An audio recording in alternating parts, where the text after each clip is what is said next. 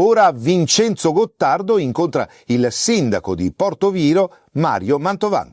Benvenuti e ben ritrovati a una nuova puntata di Primi Cittadini per il Turismo. Siamo a Veneto in diretta. Oggi è un grande piacere ospitare e intervistare il sindaco del comune di Portoviro, Mario Mantovan. Sindaco, benvenuto.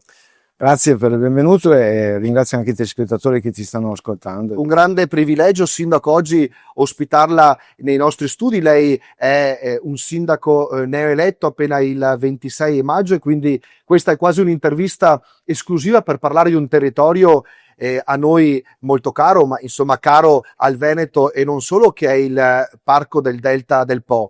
La città di Portoviro, oltre 13.000 abitanti, è una porta determinante, essenziale per questo luogo unico e straordinario. Quindi, sindaco, lei ad inizio mandato, quali sono le sue linee guida, le sue direttive per curare e proteggere il comune, la città di Portoviro? Come hai detto tu, Portoviro si trova proprio al centro del Parco del Delta del Po, anzi c'è stata una bella definizione negli anni passati, amministratori, siamo il cuore del Parco del Delta del Po, perché ci troviamo proprio al centro. Portoviro è un'isola, è praticamente un'isola perché a nord c'è il Po di Levante, a sud c'è il Po di Venezia, ad est abbiamo il mare Adriatico. Noi abbiamo una piccola spiaggia che è un gioiellino, il Scalo Cavallari, vi invito tutti a vederlo perché è una cosa fantastica. Ci si deve raggiungere solo in barca e basta, quindi c'è un turismo molto limitato, però è bellissimo. Invito tutti a visitare questo bellissimo posto che si chiama appunto Scalo Cavallari, lo si può raggiungere solo in barca. Naturalmente lo si può raggiungere anche in bicicletta parcheggiando nel Porto Levante. Noi abbiamo il famoso Giro delle Valli che tra il mare e la valle ci si può vedere dei gruppi di fenicotteri rosa che penso siano bellissimi da vedere. C'è gente che io ho portato in bicicletta perché sono un amante anch'io della bicicletta, che restano veramente a bocca aperta quando vedono questi spettacoli della natura. Sono veri spettacoli della natura.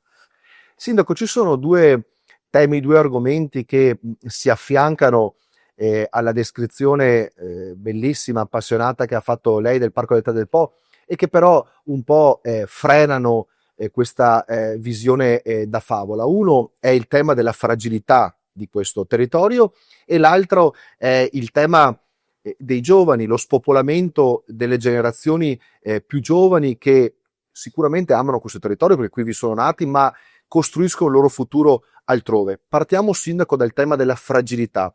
Quali sono le principali minacce per questo territorio e quindi quali sono le sfide da affrontare, e lei come primo cittadino, come sindaco della città di Portoviro ha già sicuramente messo in azione? Come hai detto tu è veramente un territorio unico e molto fragile. A me piace dire questa frase qua, che quando la dico soprattutto davanti ai ragazzi, che è un territorio dove gli uccelli volano più basso di dove nuotano i pesci, perché il nostro territorio, soprattutto nel comune di Portoviro, ci sono zone che sono sotto di 5 metri il livello del mare.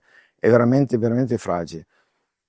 Per aiutarlo dobbiamo difenderlo a tutti i costi, dobbiamo essere convinti di questa fragilità e dobbiamo dire no a certi insediamenti che stanno per arrivare, tipo l'inceneritore di Loreo, che per risarcimenti ambientali si potrebbe dire sì, ma abbiamo fatto delle diverse conferenze e abbiamo capito l'importanza di negare questo insediamento qua. Io spero che la Regione Veneto vieti non dia l'autorizzazione all'insediamento di questi inceneritori, che per la tutela e la salute del nostro, soprattutto della popolazione, ma anche per tutto il Parco del Delta del Po, perché sicuramente sapendo che c'è un inceneritore nel Parco del Delta del Po, il turismo non arriva così facilmente.